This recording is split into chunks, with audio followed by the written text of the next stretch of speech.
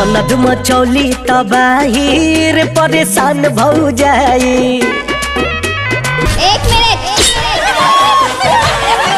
अभी घर में हमारा चली। नमस्ते प्रणाम, एक बार फिर से स्वागत बा आप सबके भोजपुरी प्लस में। तो आज के ई रिपोर्ट बा ननद भौजाई ट्रेलर के रिव्यू जो कि रिलीज हो चुकल बा आज सुबह ही एंटरटेन रंगीला यूट्यूब चैनल पर, जो नाम है काजल राघवानी के साथ और भी अनेकों कलाकार बाड़े। डायरेक्टर बाड़े मंजुल ठाकुर जी।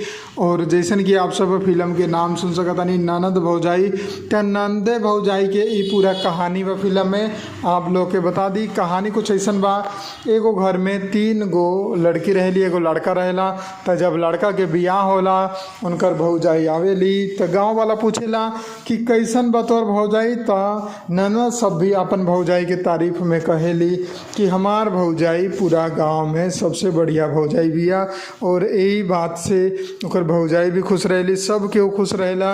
लेकिन बीच में कुछ ऐसन गलत फहमी हो जाला जोना कारण ननद भौजाई में हो जाला टकरार। और ननद जान के भौजाई के तंग करे खातिर ओकर हर काम में बिघन डालेली और अपन मतारी यानी कि भौजाई के सास के कंप्लेन करेली, जोना कारण ननद भौजाई के रिश्ता में आ जाला दरार। और हर चीज़ में भौजाई के तंग कर करके ओकरा घर से भी निकाल देवल जाला। लेकिन तभी कुछ ऐसन होला उनकर सबसे बड़का ननद के साथे, जोना कारण उनकर सास के हो जाला निधन। और तब भौजाई वापस आवेली घर में और तब सबके सही थेली। जी हाँ, तीनों ननद के पूरा कड़ा तरीका से रखेली और बहुत ही ज़्यादा उनका पर सख्ती बरतेली। उन साथ में ओकर आदमियों यानी कि उनकर तीनों ननद के भाई भी एकर साथ देवेले तीनों बहन के सुधारे खातिर। तो ये पूरा कहानी बा ट्रेलर में जो कि दिखाल गया बा।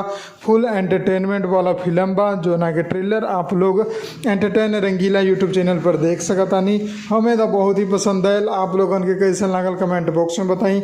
और ऐसा ने भोजपुरी ट्रेलर के रिव्यू देखे खातिर चैनल के सब्सक्राइब जरूर कर लें। जय हिंद, जय भोजपुरी, प्रणाम।